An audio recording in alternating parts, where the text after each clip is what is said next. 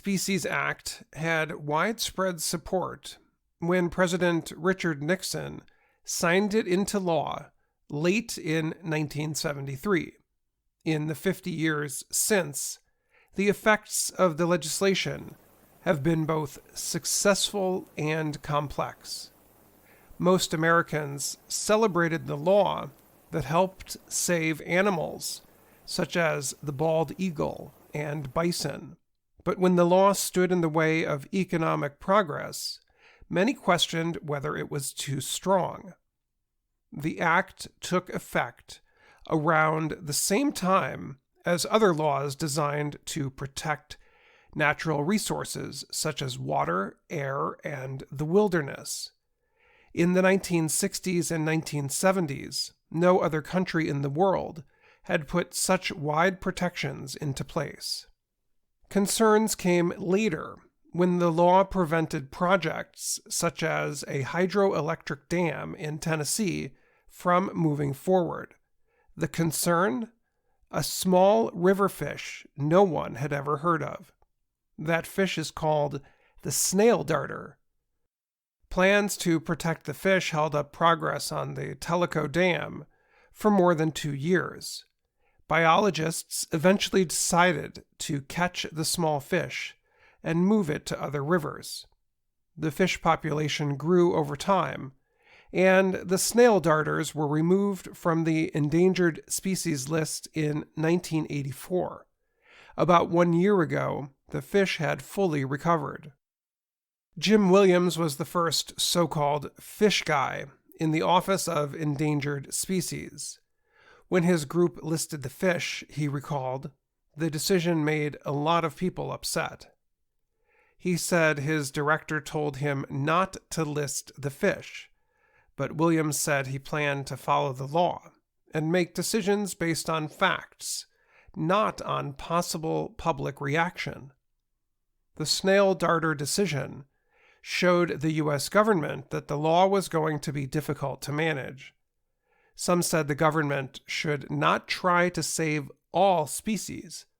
Others said all animals and plants should be safe from extinction. The debate continues today. Many more disputes over the protection of species came up over the next 45 years. In each case, employees at the Endangered Species Office made decisions that upset some people, but ultimately saved the animals. In northern Minnesota in the 1980s, the gray wolf population had recovered from only around a few hundred to about 1,000. The Endangered Species Act had helped save the gray wolf. With the population growing, people wanted permission to hunt the animals. The Fish and Wildlife Service sought to cooperate with the state of Minnesota and open the gray wolf to hunting. The move required a regulation, showing that a hunting season would help the wolves and was the only way to control their population. Ron Nowak was a wolf expert in the Endangered Species Office at the time. The Fish and Wildlife Service told Nowak to write the regulation. And I said, it would be illegal, Nowak said. The Fish and Wildlife Service found someone else to write the regulation. Conservation groups took legal action and called Nowak as a witness.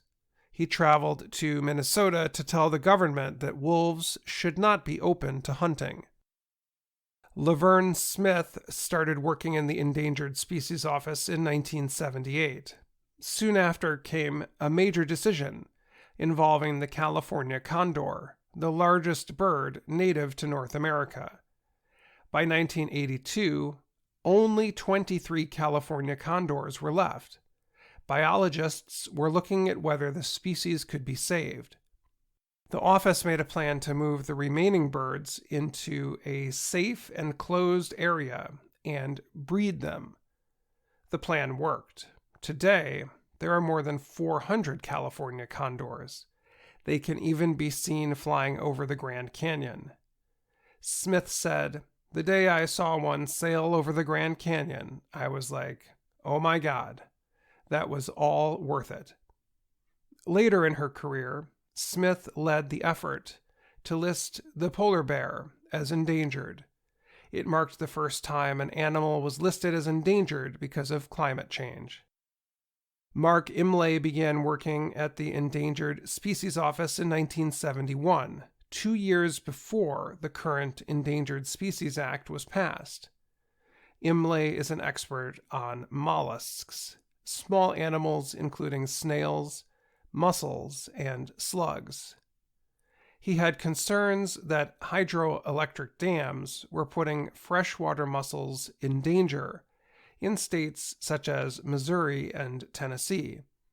At one point, Imlay decided to make a phone call to a conservation group in Missouri to tell them that a planned dam would put the mussels in danger. The call worked. He got locals to pay attention to the organism, and the dam was stopped. In time, his work prevented a number of dams from being built. While some could argue that Imlay slowed economic progress, he said in other cases, he found a way to help development move forward. Time and time again, he said, you can work with a developer to save high-quality land. I'm Dan Friedel,